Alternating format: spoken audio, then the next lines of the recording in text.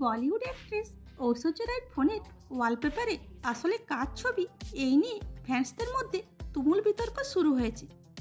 আসলে ঘটনাটা হয়েছে ঐশ্বর্য 27 নভেম্বর দুবাইয়ের একটি ইভেন্টে যোগ দিতে গিয়েছিলেন।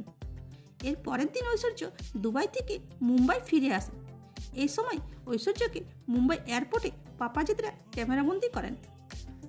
ঐশ্বর্যকে ব্ল্যাক ও গোল্ডেন কাজ করা একটা ড্রেসে দেখা যায়, সাথে ঐশ্বর্যকে একটি ব্ল্যাক ব্যাগও ক্যারি করতে দেখা যায়।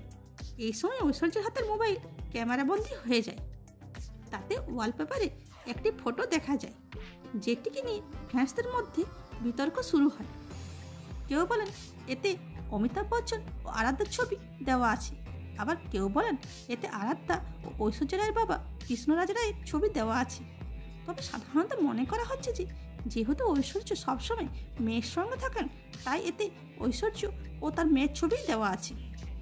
এরকমই ইমাজিং ভিডিও পেতে চ্যানেলটিকে লাইক, শেয়ার ও সাবস্ক্রাইব করুন। আর ফেসবুক, ইনস্টা থেকে দেখে থাকলে ফলো করুন। Thanks for watching.